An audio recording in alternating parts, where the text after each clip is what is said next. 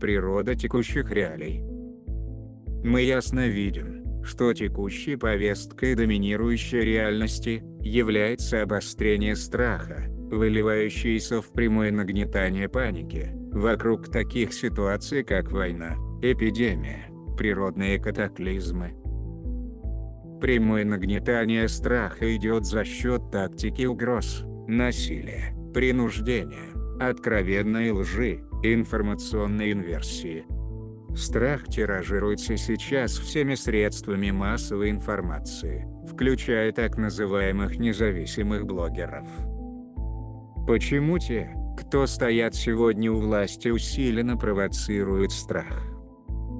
Потому что страх подавляет иммунитет, суверенитет и провоцирует людей к разделению, войне, вражде, соперничеству, обвинению, агрессии, ненависти. Важную роль здесь играют всевозможные привязанности и стереотипы высокомерия, превосходства, исключительности, собственничества, обладания. Страх и подавление человеческой воли и суверенитета предотвращает единство человечества, что совсем не входит в повестку дня господствующей группы, стремящейся на текущей волне собрать для себя максимально возможный урожай. Те, кто стоят за соответствующей повесткой дня, по всей ее цепочке, собирают жизненную энергию человеческой массы, которая из-за внушенного страха, стереотипов мышления и из-за механизированности жизни, час за часом проводит у экрана телевизора или за гаджетом. Те, кто так или иначе стоят за повесткой дня, раздувают себя энергетически для дальнейшего поддержания своего господства, власти и доминирования на земле. Поэтому страх и внушение страха другим, поддержание страха, боли, ненависти и страданий среди людей, служат им весьма полезную службу, создавая условия, при которых сохраняется подобное положение дел.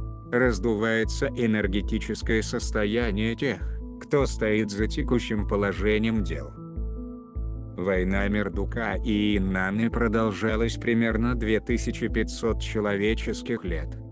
Иннаны и Мердук были полны ненависти друг к другу. Дошло до того, что ни одна сторона уже не рассматривала никакой возможности перемирия или каких-либо договоренностей. Дошло до того, что изначальные причины уже не рассматривались как существенные, и ненависть нарастала пропорционально чувству собственного превосходства над всем, что вело их к слепой решимости довести начатую войну до победного конца, включая завершение через атомное разрушение Земли. И в этой войне бессознательное человечество используется как энергетический ресурс. Подумайте, не прослеживается ли соответствующая аналогия в ваших текущих событиях? Человечество является творцом, и своим сознанием формирует для себя событийные линии реальности, для того, чтобы каждый, затем, проживал на соответствующей линии реальности, которую сам для себя создал. Подумайте, какую реальность хотите создать вы, для себя и для всего человечества. Мы призываем возносящихся посвященных, и тех, кто читает наши материалы, как можно чаще выключать телевидение. Прекращать заниматься серфингом и обсуждением информации интернет-сетей, телестанций, и учиться сосредотачиваться внутри себя к реальной внутренней работе и реальным внутренним новостям.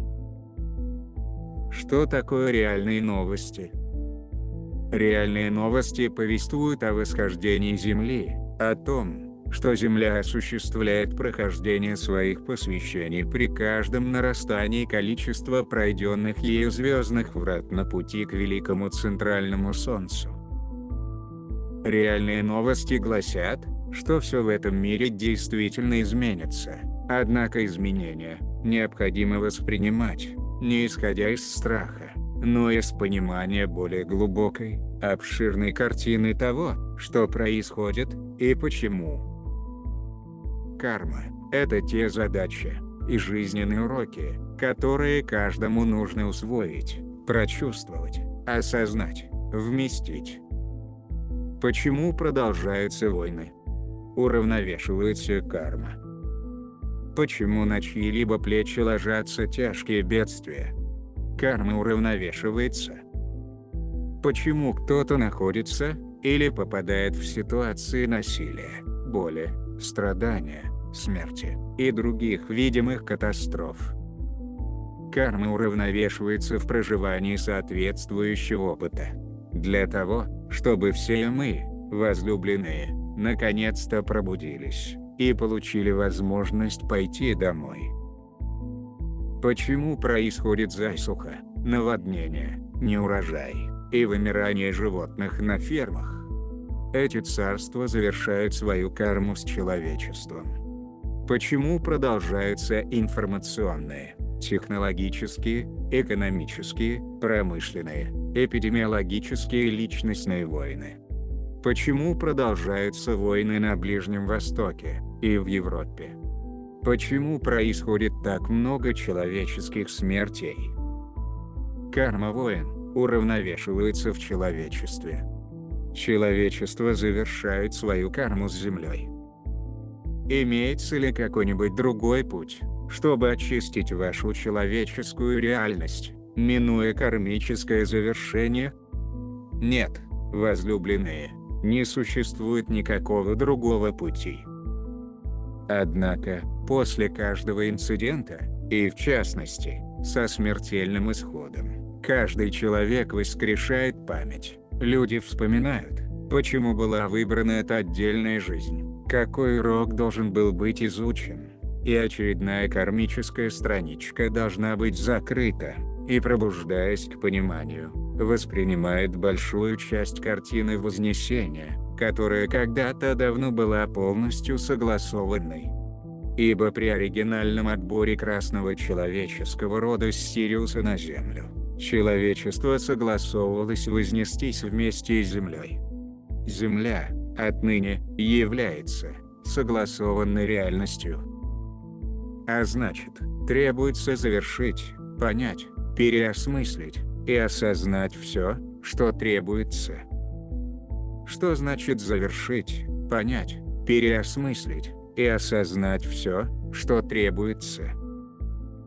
Необходимо осознать, что действующее в поле сознания человечества, и в частности, любого превосходства, презрения, высокомерия, исключительной важности, стереотипы нацизма, жестокости, ненависти, разделения, вражды, унижения, по сей день управляют большой частью человечества.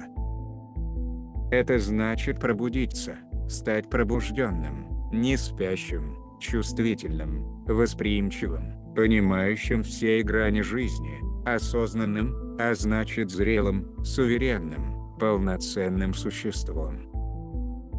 С таким пониманием, нет нужды жить в страхе. Возлюбленные, времена очищения, о которых говорили ваши пророки, пришли. Пришло время, когда все маски будут сорваны, все лики будут опознаны, и каждый воплощенный в настоящее время на планете Земля находится здесь и сейчас на своем месте, и покажет то, кто он есть на деле.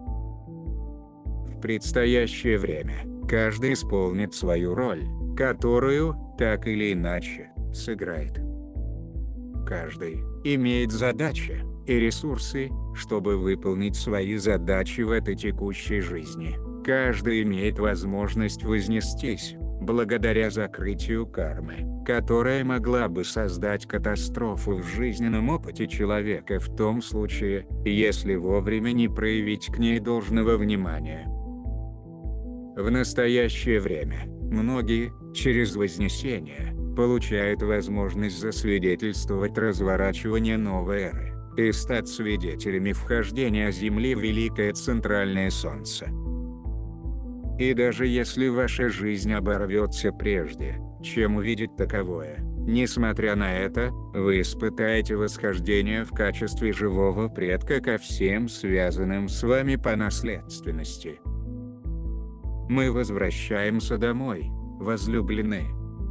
Каждый обретет свой дом, в гармонии и единстве.